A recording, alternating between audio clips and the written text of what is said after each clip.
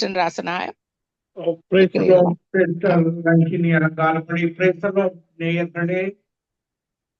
Amen. Praise the Lord. பாருங்கள் 110 நாடுகளும் ஆவலா நிற்கிறார்கள் உங்களோட வார்த்தையை கேட்பதற்கு வந்து பகிர்ந்து கொள்ளுங்கள். God bless you. ஆமென். நாங்கள் ஒரு ஜெபத்தோடு கிருபையும் இரக்கமும் பரிசுத்தமும் நிறைந்த எங்கள் அன்பு தகப்பனே, உம்முடைய பிள்ளைகளாக எங்கள் ஒவ்வொருவரையும் ரட்சிக்கப்பட்ட ஒவ்வொருவரை நீர் எங்களை பிள்ளைகளாக நீர் ஏற்றிக் கொண்டிருக்கிறீர். ஆவியானவரே, இந்த ரட்சிக்கப்படாத மக்களுக்காக நாங்கள் அறியாமையில்லாத காலங்களில வாழ்ந்திருக்கிறோம். எங்களை போல மக்கள் அறியாமையில வாழ்ந்த மக்களையும் இயேசுவே இழுத்து கொள்ளும்படியாக ஜெபிக்கிறேன். பரிசுத்த ஆவியானவரே, கண்ட மக்களும் இரட்சகராகிய இயேசுவை கண்டுகொள்ள name of Jesus, holy name of Jesus, பரிசுத்தர் பரிசுத்தர் பரிசுத்தர், holy holy holy holy. Sister Dolly, Sister Dolly, mic off பண்ணுங்கம்மா. Sister Dolly, Sister Dolly, நீர் பரிசுத்தராய் இருக்கிறது போல Sister Dolly, உங்களோட mic off பண்ணுங்க. வல்லமை உள்ளவர் மகிமையான காரியங்களை செய்யும்படியாக ஒவ்வொருவரையும் ஆசீர்வதியும், ஒவ்வொருவரோடு கூடையிடும். சோதிக்கான மகிமை ஒன்றான மித்தவனாகிய உமக்கே செலுத்தி ஆண்டவரின் ரட்சகருமாகிய இயேசு கிறிஸ்துவின் நாமத்தில் ஒவ்வொருவரையும் ஆசீர்வதித்து ஜெபிக்கிறேன். எங்களை எப்பொழுது நேசிக்கிறேன் நல்ல பிதாவே. ஆமென். இது மாதிரி இதுல போறது இருக்கு. ஹல்லேலூயா ஹல்லேலூயா ஹல்லேலூயா ஹல்லேலூயா. ஆவியானவரே, நன்றி நன்றி நன்றி நன்றி. மைக் ஆஃப் பண்ணுங்க சிஸ்டர் டாலி. மைக் ஆஃப் பண்ணுங்க. Thank you Jesus, thank you Jesus. நாங்கள் தியானத்துக்கு எடுத்துக்கொண்ட வசனம் அப்போஸ்தலர் 17ஆம் அதிகாரம் 30வது 31வது வசனம். அப்போஸ்தலர் அதிகாரம் 17ஆம் அதிகாரம் 30வது 31வது வசனம். அறியாமை உள்ள காலங்களை தேவன் காணாதவர் போல் இருந்தார், இப்பொழுதோ மனம் திரும்ப வேண்டும் என்று எங்குமுள்ள மனுஷர் எல்லாருக்கும் கட்டளையிடுகிறார். அந்த ஒன்றான மெய்தேவன். நாங்களும் அறியாமல் இருந்தோம், அறியாமல் உள்ள காலங்களுக்கு வாழ்ந்தோம். இயேசுதான் மெய்யான தெய்வம் என்று அறியாமல் வாழ்ந்தோம். எங்களை இந்த அவருடைய வார்த்தையை தந்து எங்களை மனம் திரும்ப அழைத்து எங்களை போடகை கிறிஸ்டியனாக மாற்றி இருக்கிறார். இப்படியான தேவன் தான் எங்களுடைய தேவன். பாருங்கள், இன்றைக்கு மதங்களில வாழுகிறவர்கள், பாவத்தில வாழுகிறவர்கள், சாபத்தில வாழுகிறவர்கள் எல்லாரும் இன்றைக்கு அறியாமை உள்ள காலங்களில, இன்றைக்கு வெளியில உலகத்தில் அதிக மக்கள் அறியாமை உள்ள காலங்களில வாழ்ந்து கொண்டிருக்கிறார்கள். அவரிடத்துல வரும் பொழுது நீங்கள் அறியாமல் செய்த பாவங்கள், சாபங்கள் எல்லாவற்றையும் எங்களை எப்படி மன்னித்தாரோ, அறியாமை உள்ள காலங்களில எங்களுடைய பாவங்களை மன்னித்தது போல உங்களுடைய ஒவ்வொருவருடைய பாவங்களுடைய மதத்தில் இருக்கலாம், சாபத்தில் இருக்கலாம், பாவ வாழ்வில் வாழ்ந்து கொண்டிருக்கலாம். இயேசு அறியாமல் நீங்கள் வாழ்ந்து கொண்டிருக்கலாம். ஆனால் இந்த சங்கமம் நித்திய வெளிச்சம் ஊடாக இந்த 5 கண்டங்களில் உள்ள தமிழ் மக்களும் அந்த ஒன்றான மெய்தேவனிடத்துல தேவனை கண்டுகொள்ள வேண்டும். ரட்சகர் அப்போஸ்தலர் 4ஆம் அதிகாரம் 12வது வசனம் சொல்கிறது, ரட்சிக்கப்படுவதற்கு கொடுக்கப்பட்ட ஒரே ஒரு நாமம் ஆண்டவராகிய இயேசு கிறிஸ்துவின் நாமம். அந்த நாமத்தினூடாக, அவருடைய சிலுவை மரணத்துக்கூடாக என்னுடைய பாவத்துக்காக இயேசு காயப்பட்டார், என்னுடைய அக்கிரமத்துக்காக இயேசு நொறுக்கப்பட்டார், எங்களுக்கு சமாதானத்தை உண்டு பண்ணும் ஆக்கினையா இயேசு அந்த சிலுவையில் ஏற்றுக்கொண்டார் என்ற உணர்வோடு நாங்கள் இயேசுவை பார்க்கும் பொழுது நாங்கள் ரட்சிக்கப்படுகிறோம். இலவசமாக கிருபையினால இரக்கத்தை கொண்டு அவருடைய இரக்கத்தை பெற்று கிருபையை பெற்று நாங்கள் ரட்சிக்கப்படுகிறோம். இப்படியாக ரட்சிக்கப்பட்ட நாங்கள் ஒவ்வொருவரும் அவருடைய பரலோகத்தில் அனுப்பப்பட்ட பரிசுத்த ஆவியானவரை பெற்று தினமும் ஒவ்வொரு நாளும் வேதாகமத்தை தியானித்து வாசித்து அவரோடு நாங்கள் உறவாடி அன்புல சமாதானத்துல சந்தோஷத்துல நாங்கள் நிறைந்து வாழுகிறோம். இப்படியான தேவன் தான் எங்களுடைய ஆண்டவராகிய இயேசு கிறிஸ்து. பாருங்கள், அவர் முதல் முறை வரும் பொழுது பாவம் செய்கிற மனிதனுக்காக பாவம் செய்த ஆதாமுடைய சந்ததியாகி எங்கள் ஒவ்வொருவருக்காகவும் அவர் சிலுவையில பாவமானார். சாபம் இல்லாத இயேசு சாபமானார். மீண்டுமாக அவர் வரும் பொழுது அடுத்த வசனத்துல சொல்லும் பொழுது மீண்டுமாக ஜட்ஜாக வரப்போகிறார். இனி பாவ மன்னிப்பாக அவர் வரமாட்டார். ஜட்ஜ்மெண்ட் கொடுக்க இந்த வேதாகம புத்தகம் தான் ஜட்ஜ்மெண்ட் புக்காக இருக்கிறது. இன்றைக்கு கோர்ட்டில் ஒவ்வொரு கண்ட்ரீஸ்லயும் ஒரு லோ புக் இருக்கும்.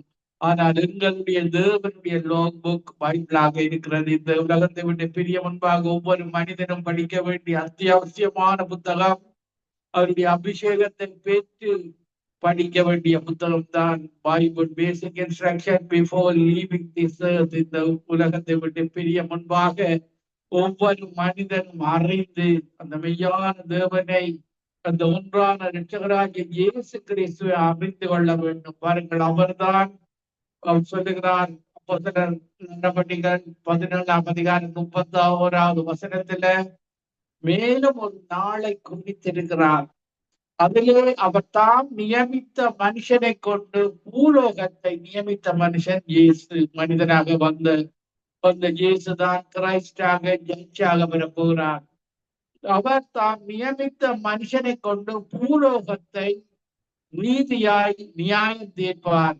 அந்த மனுஷனை மரித்தோரிலிருந்து எழுப்பினதினாலே அது நிச்சயத்தை எல்லாருக்கும் விளங்க பண்ணினார் என்றான். பாருங்கள், இயேசு தேவனுடைய குமாரனாக இந்த உலகத்துல மனுஷனாக வந்து உயிர் தெழுந்து அவர்தான் மீண்டுமாக வரும் பொழுது ஜட்ஜாக வரப்போகிறார். வேதாகமம் தான் அவருடைய லோ புத்தகமாக இருக்க போகிறது. அந்த புத்தகத்தின்படி நடக்கிறவர்களுக்கு பரலோக பாக்கியத்தையும், அது எனக்கு வேண்டாம், எனக்கு இயேசு வேண்டாம், எனக்கு பரலோகம் வேண்டாம் என்று நீங்கள் இந்த உலகத்தில நீங்கள் சொல்லிக் கொள்ளலாம். ஆனால் முடிவு ஒரு வேதனை உள்ள ஒரு இடமாக இருக்கிறது. அக்கினியும் கந்தம் இருக்கிற கடலாக இருக்கிறது.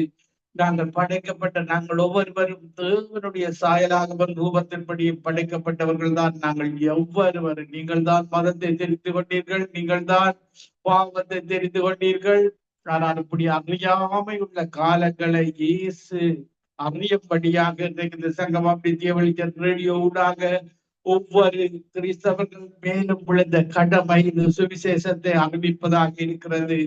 பாருங்கள், 2 பேதுரு 3:9 சொல்லுகிறது, தாமதிக்கிறார் என்று சிலர் எண்ணுகிறபடி கர்த்தர் தமது வாக்குத்தத்தத்தை குறித்து தாமதமாயிராமல் ஒருவரும் கெட்டு போகாமல் எல்லாரும் மனம் திரும்ப வேண்டும் என்று விரும்பி நம்மை நீடிய பொறுமை உள்ளவராயிருக்கிறார். பாருங்கள், இயேசு கிறிஸ்து இந்த உலகத்திலே இருந்த போது சொன்ன வார்த்தைகள் 2025 ஆண்டுகள் கடந்து விட்டன. ஆனாலும் இரக்கம் உள்ளவராக இந்த உலகத்திலே இருக்கிற ஒவ்வொரு மனிதனும் ரட்சிக்கப்பட வேண்டும். ஒரு எழுப்புதல் இந்த 5 கண்டங்களும் காண வேண்டும். எல்லாருக்கும் இந்த சுவிசேஷம் அறிவிக்கப்பட வேண்டும் என்று சொல்லி அவர் நம்மேல வைத்த அன்பின் மூலமாக, மனுக்குலத்தின் மேல தேவன் வைத்த அன்பின் மூலமாக நீடிய பொறுமை உள்ளவராக அவர் காத்துக் கொண்டிருக்கிறார். 2 பேதுரு 3:4 அவர் வருவார் என்று சொல்லுகிற வாக்குத்தத்தம் எங்கே? பிதாக்கள் நித்திரை அடைந்த பின்பு சகலமும் சிருஷ்டிப்பின் தோற்ற முதல் இருந்த விதமாய் இருக்கிறதே என்று சொல்லுவார்கள். உலகம் அப்படித்தான் இருக்கிறது. இந்த உலகத்தை படைத்த தேவன் சிருஷ்டிப்பின் முதல், பாருங்கள், ஆதியாகமம் 1 அவர் தான் சூரியனை, சந்திரனை, பூமியையும் வானங்களையும் படைத்தார்.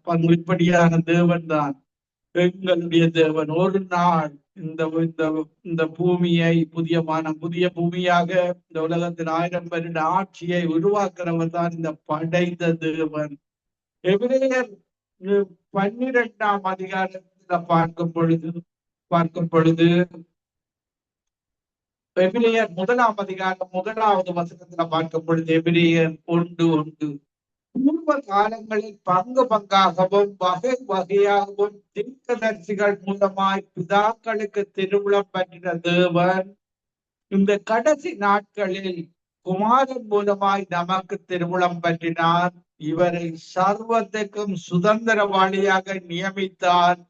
இவரை கொண்டு உலகங்களையும் உண்டாக்கினார். பாருங்கள், இயேசு பிதாவோடு இருந்து நாங்கள் நீதிமொழிகள் 8:17 வசனத்தில பிதாவும் இயேசுவும் ஒன்றாக இருந்து இந்த உலகத்தை படைத்தவர்கள், எல்லையை போட்டவர்கள், அஸ்திவாரம் போட்டவர்கள், இப்படியாக அவருடைய நமது சாயலாகவும் ரூபத்தின்படியும் எங்களை படைத்தவர் தான் எங்களுடைய ஒன்றான மெய்த்தவர். பாருங்கள், இயேசு எபிரேயர் 1 வசனத்திலேயும் இவர் தேவனுடைய மகிமையின் பிரகாசமும் அவருடைய தன்மையின் சொரூபமாயிருந்து சர்வத்தையும் தம்முடைய வல்லமை உள்ள வசனத்தினாலே தாங்குகிறவராய் தம்மாலே தாமே நம்முடைய பாவங்களை நீக்கும் சுத்திகரிப்பை உண்டு பண்ணி உன்னதத்தில் உள்ள மகத்துவமானவருடைய வலது பார்சத்தில் உட்கார்ந்தார். பாருங்கள், இந்த உலகத்துல வந்து மண் குலத்திற்காக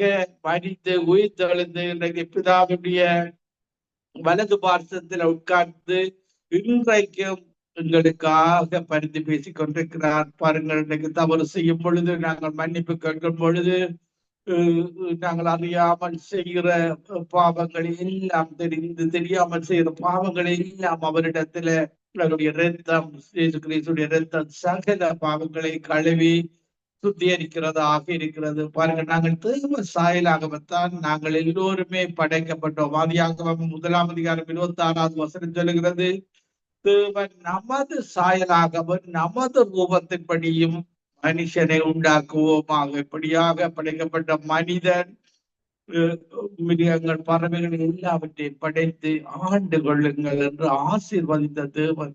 கொலை செய்யாதிருப்பாயாக என்ற கட்டளையை தந்த தேவன் தான் எங்களுடைய தேவன். வாழ்ந்திருக்க செய்கிறவன் தான் எங்களுடைய தேவன்.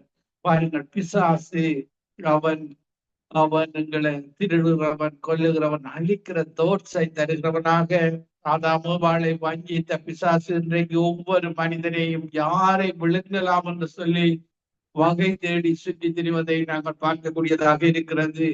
பாருங்கள், நீங்கள் மனம் திரும்பாத பட்சத்துல தேவன் என்ன செய்வார் என்றால் அவர் அன்புள்ளவர் தான், இரக்கமுள்ளவர் தான். உங்களுக்கு நேரத்தை தருவார், காலத்தை தருவார், சுவிசேஷ ஊழியர்களை தருவார், வசனத்தை தருவார்.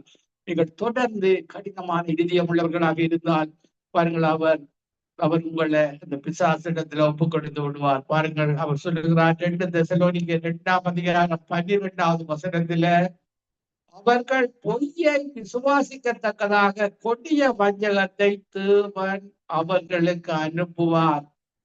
அது அனுப்பிவிடப்பட்டால் பாருங்கள், நீங்கள் ரட்சிக்கவே முடியாது. ஆனால் இரக்கமுள்ளதவன் இதுவரைக்கும் கிருபையாக இரக்கமுள்ளவராக உங்களை அழைக்கிறதவன் 2 கைகளையும் சிலுவையில 2 ஆணிவடிந்த கைகளினால உங்களை கட்டி அணைக்க, பாவத்தை மன்னிக்க அவர் இன்றைக்கும் அவருடைய உயிருள்ள இரத்தம் உங்களை அழைத்து கொண்டிருக்கிறது. எங்கள் மூலமாக இந்த நித்திய சங்கமம் ரேடியோ மூலமாக இந்த 5 கண்டங்களில் உள்ள தமிழ் மக்கள், விசேடமாக தமிழ் மக்கள் அந்த ஒன்றான இரட்சகராகிய இயேசு கிறிஸ்து அறிந்து கொண்டு அந்த மெய்த்தேவனிடத்துல ஜெபம் பண்ணி, எனக்காக காயப்பட்டவர், எனக்காக அடிக்கப்பட்டவர், பாவமில்லாத ஒரு பாவம் கூட செய்யாத இயேசு பாவியான எங்களுக்காக பாவியானார். சாபமில்லாத இயேசு நமக்காக சாபமானார்.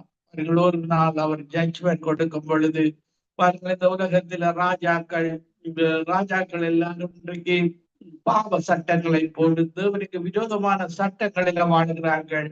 அவர் வரும் பொழுது அந்த ராஜாக்கள் எல்லாரும் ஓடி ஒளிவார்கள் என்று வேதாகமத்துல சொல்லப்படுகிறது. பாருங்கள், வெளிப்படுத்துகிற விசேஷம் 6:15 வசனத்துல, பூமியின் ராஜாக்களும் பெரியோர்களும் ஐஸ்வர்யவான்களும் சேனை தலைவர்களும் பலவான்களும் அடிமைகள் யாவரும் சுயாதீனர் யாவரும் பர்வதங்களின் குகைகளிலும் கண்மலையிலும் ஒழித்து கொண்டு பர்வதங்களையும் கண்மலைகளையும் நோக்கி நீங்கள் எங்கள் மேல் விழுந்து சிங்காசனத்தின் மேல் வீற்றிருக்கிறவருடைய முகத்திற்கும் ஆட்டுக்குட்டியானவருடைய கோபத்திற்கும் எங்களை மறைத்துக் கொள்ளுங்கள் என்பார். பாருங்கள், இந்த உலகத்தில பணத்தோடு வாழலாம், பொருளோடு வாழலாம், ராஜாக்களாக ஐஸ்வர்யவான்களாக வாழலாம்.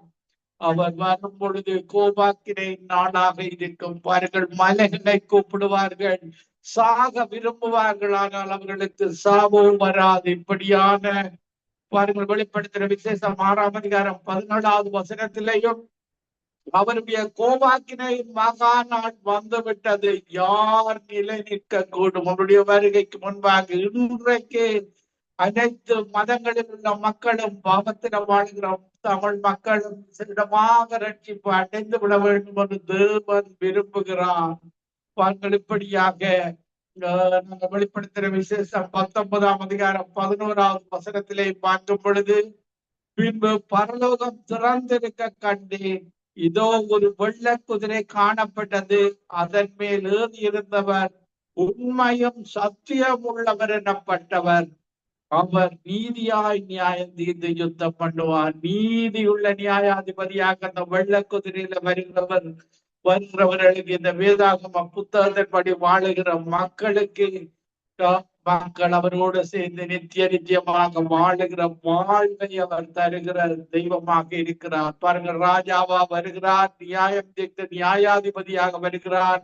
ஆனால் அவருடைய வஸ்திரத்துல ரத்தம் துவைக்கப்பட்ட வஸ்திரத்தோடு வருகிறார்.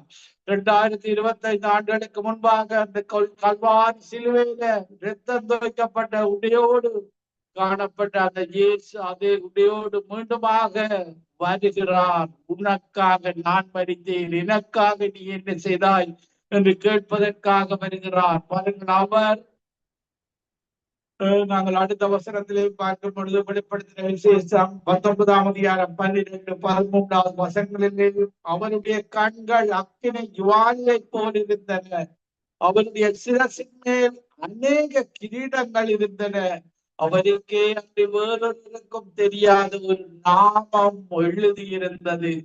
இரத்தத்தில் தோய்க்கப்பட்ட வஸ்திரத்தை தரித்திருந்தார். அவருடைய நாமம் தேவனுடைய வார்த்தை என்பதை அவர்கள் இரத்தத்தோடு முதல் வரும் பொழுது பாவிகளுக்காக அந்த சிலுவையில ரத்தம் சிந்தி ரத்தம் தோய்க்கப்பட்ட வஸ்திரத்தோடு அவன் மறித்து உயிர்த்தெழுந்து, பாருங்கள், தோமாவுக்கு என்னுடைய கையை பார், என்னுடைய ஈட்டி குற்றப்பட்ட காயங்களை பார் என்று காட்டிய அந்த இயேசு மீண்டுமாக அந்த இரத்தம் துவைக்கப்பட்ட வஸ்திரத்தை தரித்து கொண்டு வருகிறார். தேவனுடைய வார்த்தை மாம்சமாகி பாருங்கள் இரத்தமாக சிந்தப்பட்டது. இந்த உலகத்தின் மக்கள் பாவத்திலிருந்து விடுதலை பெறுவதற்காக அவருடைய நாமம் தேவனுடைய வார்த்தை. பாருங்கள், நாங்கள் யோவான் 1ஆம் அதிகாரம் 1வது வசனம் சொல்கிறது, ஆதியில் வார்த்தை இருந்தது, வார்த்தை தேவனிடத்தில் இருந்த, வார்த்தை தேவனாக இருந்தது,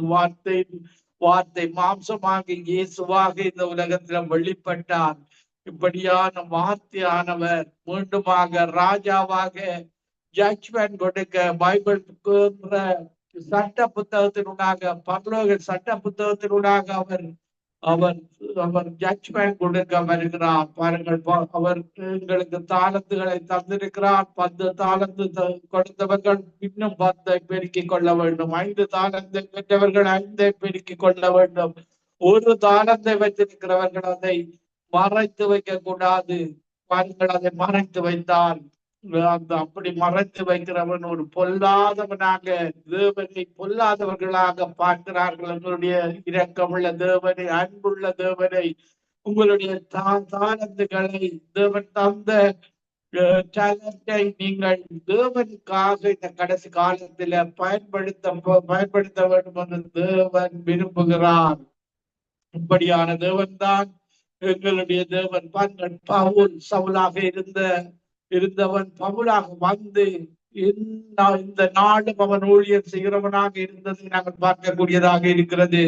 அப்போஸ்தலர் நடபடிகள் 17ஆம் அதிகாரம் 2வது வசனத்திலே இருந்து பார்க்கும் பொழுது, 3 ஓய்வு நாட்களில் வேத வாக்கியங்களின் நியாயங்களை எடுத்து அவர்களுடனே சம்பாதித்து கிறிஸ்து பாடுபடவும் மரித்தோரிலிருந்து எழுந்தெடுக்கவும் வேண்டியதென்றும் நான் உங்களுக்கு அறிவிக்கிற இந்த இயேசுவே கிறிஸ்து அன்றை காண்பித்து திருஷ்டாந்தப்படுத்தினார். பாருங்கள், இயேசு அந்த காயப்பட்டு சிலுவையில மறித்த அந்த இயேசுதான் கிரைஸ்டாக மீண்டும் வந்து முதலாவது ஜட்ஜ்மெண்ட் கொடுக்கிறது. ரட்சிக்கப்பட்டவர்களுடைய சபைகளுக்கு தான் அவர் முதலாவது ஜட்ஜ்மெண்ட் கொடுக்கிறார். பாருங்கள், நாங்கள் அவருடைய சபையிலே ஊழியம் செய்கிறவர்கள் எங்களை நாங்கள் காத்து கொள்ள வேண்டும். அவருக்கு பிரியமாக வாழ வேண்டும். பாருங்கள், இப்படியாக பவுலுடைய ஊழியத்தின் மூலமாக ஸ்திரிகளில் அநேகரும் விசுவாசித்து பவுலையும் சீலாவையும் சேர்ந்து கொண்டார்கள். பாருங்கள், இப்படியாக ஒரு குறிப்பிட்ட அளவு மக்கள் வரும் பொழுது ஒரு வைராக்கிய நிறைந்த எதிரிகளும் வருவார்கள். இதுல இருந்துதான் ஒரு எழுப்புதல் ஆரம்பமானதை நாங்கள் பார்க்கக்கூடியதாக இருக்கிறது. விசுவாசியாத யூதர்கள் வைராக்கியம் கொண்டு வீணராகிய சில பொல்லாதவர்களை சேர்த்து கொண்டு கூட்டம் கூடி பட்டணத்தில் அமளை உண்டாகி இப்படியாக அந்த யாசோனுடைய வீட்டை வளைந்து கொண்டு அவர்களை பட்டணத்துக்கு முன்பாக இழுத்து கொண்டு போக வகை தேடினார்கள். இப்படியாக எதிரிகள் வருவார்கள். மக்கள் ரட்சிக்கப்பட எதிரான மக்கள், மதத்தில் உள்ள மக்கள், பாவத்தில் வாழுகிற மக்கள் இப்படியாக செய்வார்கள் என்று வேதாகமத்தில் குறிப்பிடப்பட்டிருக்கிறது. அப்பொழுதுதான் எழுப்புதலை நாங்கள் பார்க்க முடியும். நாங்கள் பார்க்கும் பொழுது அத்தேனே என்ற பட்டணத்தில அப்போஸ்தலர் நடவடிக்கைகள் 17ஆம் அதிகாரம் 16வது வசனத்தில அத்தேனே பட்டணத்தில் பவுல் அவர்களுக்காக காத்து கொண்டிருக்கையில் அந்த பட்டணம் விக்கிரகங்களால் நிறைந்திருக்கிறதை கண்டு தன் ஆவியில் வைராக்கியம் அடைந்து இப்படியாக பாருங்கள் அவர் சொல்லுவதை நாங்கள் பார்க்கக்கூடியதாக இருக்கிறது.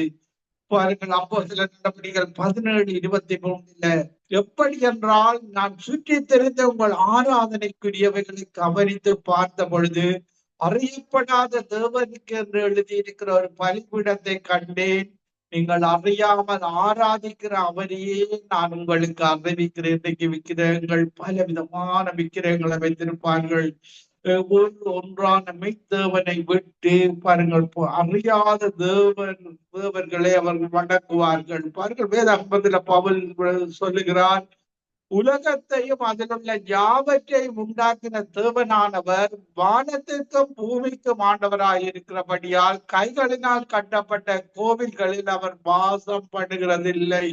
ஆதியாகமம் 1ஆம் அதிகாரம் 1வது வசனம் சொல்லுகிறது, தேவன் ஆதியிலே வானத்தையும் பூமியையும் படைத்தார். இந்த வானத்துக்கு பூமிக்கும் ஆண்டவராக இருக்கிற மெய்தேவன் எங்களுடைய தேவன். வருகளுடைய தேவன் 3ஆம் வானத்தில அந்த சீயோன் மலையில ஆவியுள்ள உருவத்தோடு அவர் வட புலத்தின் நோற்புறத்துல அவர் இருப்பதை நாங்கள் பார்க்கக்கூடியதாக இருக்கிறோம். ஒருவராய் சாவாமை உள்ளவரும் சேரக்கூடாத ஒளியில் வாசம் பண்ணுகிறவரும் ஒருவரும் கண்டிராதவரும் மனித கண்களால் பார்க்க முடியாதவரும் ஒருவரை காணக்கூடாதவருமாக அவர் இருக்கிறார். அவர்தான் எங்களுக்கு ஜீவனை தந்தவர், சுவாசத்தை தந்தவர். அவர் மனிதனை மண்ணில் உருவாக்கி சுவாசத்தை ஊதி எங்களை ஜீவாத்மாவாக மாற்றினவர். அப்போஸ்தலர் 17:25 எல்லாருக்கும் ஜீவனையும் சுவாசத்தையும் சகலத்தையும் கொடுக்கிற அவர் தமக்கு யாதொன்று தேவையானது போல மனுஷர் கைகளினால் பணிவிடை கொள்கிறதில்லை. கைகளினால கால்களினால பாருங்கள், இன்றைக்கு மதங்களில பார்த்தார் அப்படியே நிலத்துல விழுந்து சுத்தி தங்களுடைய காயப்படுத்திக் கொள்வார்கள். இப்படியான கைகளினால அவர் பணிவிடை கொள்ளுவதில்லை. மனித ஜாதியான சகல ஜனங்களையும் அவர் ஒரே இரத்தத்தினாலே தோன்ற பண்ணி பாருங்கள். மனிதன் இந்த கருப்பு மனிதன், வெள்ள மனிதன், என்ன மனிதனாக இருந்தால் அவருடைய உடலுக்கு இரத்தம் வரும் பொழுது சிவப்பு இரத்தமாக வருகிறது. பாருங்கள், இப்படியாக மனிதன் தான் ஜாதியை பிரித்தான், மதத்தை பிரித்தான். இப்படியாக மனித பிரிவுகளை மனிதர்கள் தான் அந்த ஆவிகளுக்கு ஊடாக, துரைத்தின் ஆவிகள், பொல்லாத ஆவிகள், அதிகாரத்தின் ஆவிகளுக்கு ஊடாக அந்த மனிதன் இன்றைக்கு மனிதர்களை ஆளுகிறவனாக, தவறான நரகத்துக்கு இழுத்து செல்லுகிறவனாக அந்த பிசாசின் ஆவிகள் இருப்பதை நாங்கள் பார்க்கக்கூடியதாக இருக்கிறது. கர்த்தராகிய தம்மை அவர்கள் தடவியாகிலும் கண்டுபிடிக்கத்தக்கதாக தம்மை தேடும்படி அப்படி செய்தார். அவர் நம்மில் ஒருவருக்கும் தூரமானவர் அல்ல.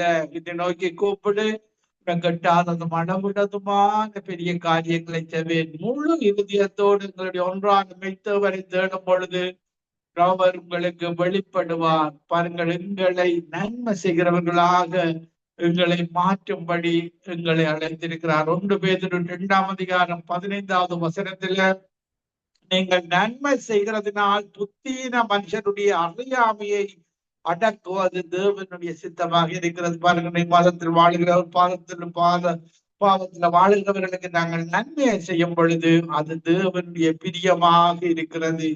1 பேதுரு 1:14 வசனத்துல, நீங்கள் முன்னே உங்கள் அறியாமையினாலே கொண்டிருந்த இச்சைகளின்படி நடவாமல் கீழ்ப்படுகிற பிள்ளைகளாக இருந்து உங்களை அழைத்தவர் பரிசுத்தராய் இருக்கிறது போல நீங்கள் உங்கள் நம்பிக்கை நடக்கைகளில் எல்லாம் பரிசுத்தராயிருங்க. எங்களுடைய தேவன் பரிசுத்தர். எங்களை பரிசுத்தமாக வாழும்படி எங்களை இன்னைக்கு போனகை கிறிஸ்டியனாக மாற்றி பல்லவத்தில இருந்து அனுப்பின பரிசுத்த ஆவியை தந்து எங்களை பாருங்கள், இயேசு மரித்து உயிர் தந்தது போல நாங்களும் மரித்து அவருடைய வருகை போது நாங்கள் உயிர்த்தெழுந்து அவரோட கூட நித்தியமாக வாழ்வோம். நான் சிறிய பாடலை பாடி உங்களுக்காக ஜெபிக்கிறேன். சொன்னபடி உயிர்த்தெழுந்தார் சொல்தவரா நம் இயேசு. அல்லேலூயா, ஆனந்தமே, அன்பர் இயேசு உயிர்த்தெழுந்தார். சொன்னபடி உயிர்த்தெழுந்தார் சொல்தவரா நம் இயேசு. சாவே உன் வெற்றி எங்கே, சாவே உன் கொடுக்கங்கே, சாவு வீழ்ந்தது வெற்றி கிடைத்தது, சகல அதிகாரம் நமக்கு உண்டு. சொன்னபடி உயிர்த்தெழுந்தார் சொல்தவரா நம் இயேசு. மன்னம் ஒழிந்து போகும், மன்னம் மறைந்து போகும், ஆண்டவர் வாக்கோ என்றும் என்றும் அழியாதது. சொன்னபடி உயிர்த்தெழுந்தார் சொல்தவரா நம் இயேசு. ஆமாண்டவரே, நீர் மண்குலத்தின் பாவங்களுக்காக மன்னிப்பதற்காக இந்த உலகத்து வந்தேன். இந்த உலகத்தில் உள்ள அத்தனை மக்கள் மேலும் நீர் அன்பு கொண்டவர்களாக தேவன் நம்முடைய ஒரே பரான குமாரனாகிய இயேசு கிறிஸ்துவை விசுவாசிக்கிறவன் என்பனோ அவன் கெட்டு போகாமல் அந்த நித்திய ஜீவனை அடையும்படி, அந்த நித்திய வாழ்வை அடையும்படி அவனையே தந்து எங்கள் மேல அன்பு குந்தினே. எங்களை உம்முடைய பிள்ளைகளாக, தேவனுடைய பிள்ளைகளாக எங்களை மாற்றினே. அப்பா பிதாவே என்று அழைக்கக்கூடிய ஒருமையை தந்திரே. ஆண்டவரே, ரட்சிக்கப்படாத ஒரு மக்களுக்காக ஜெபிக்கிறேன். அவர்கள் இன்றைக்கு அறியாமையில வாழ்ந்து கொண்டிருக்கிறார்கள். ஆண்டவரே, இந்த அறியாமையில் உள்ள காலங்களை நீர் இந்த கடைசி காலத்தில் அவர்களை மன்னிக்கும்படியாக ஜெபிக்கிறேன். ஆவியானவரே, அவர்களை மன்னித்து உம்முடைய பரிசுத்த ஆவியின் அபிஷேகத்தினால் இந்த கடைசி நாட்களில் நான் மாசமான யாவர் மேலும் என் ஆவியை ஊற்றுவேன் என்று சொன்னீரே. அந்த ஆவி ஊற்றப்பட்டு ஒவ்வொருவரையும் உள்ளத்தை கொள்வீராக. உம்முடைய பரிசுத்த ஆவியானவரை இந்த நேரத்தில் ஊற்றும்படியாக ஜெபிக்கிறேன். நல்லவரே, வல்லவரே, வாக்கு மாறாதவரே, மன்னோத்திலே அனுப்பப்பட்ட பரிசுத்த ஆவியானவர் ஒவ்வொருவரையும் உச்சத்திலிருந்து உள்ள கால் வரைக்கும் ஊற்றுவீராக. கணுக்கால் அளவு எங்களுக்கு போதாது, முழங்கால் அளவு போதாது, இடுப்பளவு போதாது. நீச்சல் ஆழத்துல, கடைசி காலத்துல நாங்க நீச்சல் ஆழத்துல உம்முடைய ஊழியத்தை செய்ய ஒவ்வொரு ஊழியக்காரரை நிரப்புவீராக. ஒவ்வொரு விசுவாசிகளை நிரப்புவீராக. இந்த மதங்களில வாழுகிறவர்கள், பாவத்தில வாழுகிறவர்கள் ஒவ்வொருவரையும் மன்னித்து உடைய பிள்ளைகளாக ஏற்றுக் கொள்வீராக. ஒவ்வொருவரையும் இழுத்துக் கொள்ளும். ஜெபம் கேளும், பதில் தாரும். ஒன்றுக்கு கவலைப்படாமல் விண்ணப்பங்களை, வேண்டுதல்களை தோத்திரத்தோடு கூடிய ஜெபத்தில பரலோகத்துக்கு தெரிவிக்கிறேன். நீர் அவர்கள் ஒவ்வொருவரையும் இழுத்துக் கொள்ளும். இரக்கமுள்ளவரே, கிருபையினால இரக்கத்தை கொண்டு எங்களை ரட்சித்தது போல நாங்கள் பாவத்துல சாபத்துல வாழ்ந்தோம். நீர் இழுத்து கொண்டு பரிசுத்த ஆவியினால பரிசுத்தமுள்ளவர்கள் இன்னும் பரிசுத்தமாக எங்களை மாற்றிக் கொண்டிருக்கிற கிருபைக்காக மக்களை இன்னும் பரிசுத்தமாக உண்மை போல பரிசுத்தமாக வாழ எங்களோடு இருந்த பெரிய காரியங்களை செய்யும் துதிகர மகிமை கொண்டாட மித்தவராஜ உமக்கு செலுத்தி ஆண்டவர் இரட்சகருமாகிய இயேசு கிறிஸ்துவின் நாமத்தில் ஒருவரையும் ஆசீர்வதித்து ஜெபிக்கிறேன் நல்ல பிதாவே. ஆமேன், ஆமேன், ஆமேன். God bless you, sister. Rajani, sister Rajani.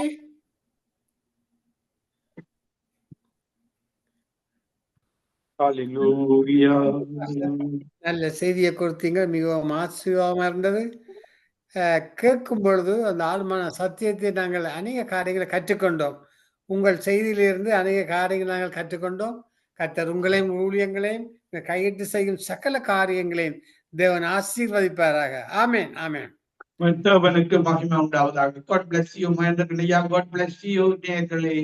ஆமேன், ஆமேன். இதுவரை நேரமும் செய்தி கொடுத்தவர் பாஸ்டர் ஆண்டன் ராசநாயம், ஸ்காப்ரோ, ஒன்டாரியோ. தொடர்ந்து நாங்கள் இந்தியாவில் இருந்து ஒரு செய்தியை கேட்போம். பாஸ்டர் மார்டின் அவர்கள் இணைப்பில் இருக்கிறார்கள். அவர்களை நாங்கள் ஒருமனப்பட்டு அழைப்போமா? பிரைஸ் லார்ட் பாஸ்டர் மார்டின் அவர்களே. ஐயா பிரைஸ் லார்டுங்க ஐயா. Praise Lord. ஜெபத்தை பற்றி ஜீவ ஊற்றாக தொடர்ந்து கொண்டு போகிறீர்கள், மிகவும் ஆசீர்வாதமாக இருக்கின்றது. இப்பொழுது உங்களை ஒப்புக் கொடுக்க நீங்க வழி நடத்துங்கள். ஆமேன், ஆமேன். கர்த்தராகிய இயேசு கிறிஸ்து நாமத்தில் உங்கள் அனைவருக்கும் என்னுடைய வாழ்த்துக்களை தெரிவித்துக் கொள்கிறேன். சங்கமம் வானொலி மூலமாய் மீண்டுமாய் உங்கள் சமூகத்திலே வந்து நான் தேவனுடைய வார்த்தையை கொடுப்பதில் மிகுந்த பெருமகிழ்ச்சி அடைகிறேன். நான் ஜெபித்து கர்த்தருக்குள்ளாய் நாம் கடந்து செல்வோம். கர்த்தருடைய வார்த்தையை நாம் கேட்போம். அன்பின் இரக்கமும் உருக்கமும் உள்ள பரலோகத்தின் நல்ல பிதாவே, நன்றியோடு துதிக்கிறோம் ஆண்டவரே. கர்த்தாவே, உயர்த்துகிறோம் ஆண்டவரே. இந்த வேளையிலே கொடுக்க போகிற செய்தியை நீ ஆசீர்வதிப்பீராக. அநேகர் இந்த செய்தியை கேட்டு ஒரு வாழ்க்கையில் மிகப்பெரிய ஒரு அற்புத மாற்றம் உண்டாகட்டும். ஒவ்வொரு நாளும் அவர்களுக்குள்ளே தேவனை குறித்தும் அவரை அறிகிற அறிவினாலே விருதியாக நமக்கு நன்றி செலுத்துகிறோம் ஆண்டவரே. என்னை மறைத்தினர் வெளிப்படுத்தும் உடைய வசனங்கள் ஆண்டவரை அவளை சுகப்படுத்துகிறபடி நமக்கு நன்றி செலுத்துகிறோம் ஆண்டவரே. அவரை பலப்படுத்துகிறபடியினால் அவர் பிறப்பிக்கேற்ற வார்த்தைகளை நீ அனுப்பி தருவீராக. இரட்சகர் இயேசு கிறிஸ்து வல்லமையுள்ள நாமத்தை ஜெபிக்கும் ஜீவனுள்ள நல்ல பிதாவே, ஆமேன். நாம் தொடர்ந்து ஜெபத்தை குறித்து நாம் பார்த்து கொண்டு வந்திருக்கிறோம். விசேஷமாய் நாம் ஜெபத்தை மையப்படுத்தி அதை சுற்றி பாருங்க, அதை சுற்றி உள்ள காரியங்களை வந்து நம்ம தொடர்ந்து நாம் பார்த்து கொண்டு வந்திருக்கிறோம் பாருங்க. ஏன்னா ஜெபம் என்பது நாம் தனிப்பட்ட முறையிலே நம் தேவனோட தொடர்பு செய்கிற ஒரு காரியம். அது மட்டும் கிடையாது, ஜெபம் செய்வதற்கு முன்னும் ஜெபம் செய்வதற்கு பின்னாடியும் பல விஷயங்கள் இருக்கிறது பாருங்க. ஜெபத்திலேயே பல காரியங்கள் இருக்கிறது. அதனால் நம் ஜெபத்தை மையப்படுத்தி ஒரு தொடர் போதனைகளாக நான் வந்து கொடுத்து கொண்டு பேசி கொண்டு வருகிறேன் பாருங்க. அப்ப ஜெபங்கிறது நம்முடைய வாழ்க்கை ரொம்ப முக்கியமான ஒன்று. நாம் இன்றைக்கு மீண்டுமாய் யூதாவின் ஜெபத்திலே வந்து மிக முக்கியமான ஒரு காரியத்தை பார்க்க போகிறோம். யூதாவில் வந்து 1வது அதிகாரம், ஒரே ஒரு அதிகாரம் தான் இருக்கு. இந்த அதிகாரத்தை பாஸ் பண்றதுல அவ்வளவு சத்தியங்கள் உள்ள நிறைந்தவர்களா இருக்கிறது பாருங்க.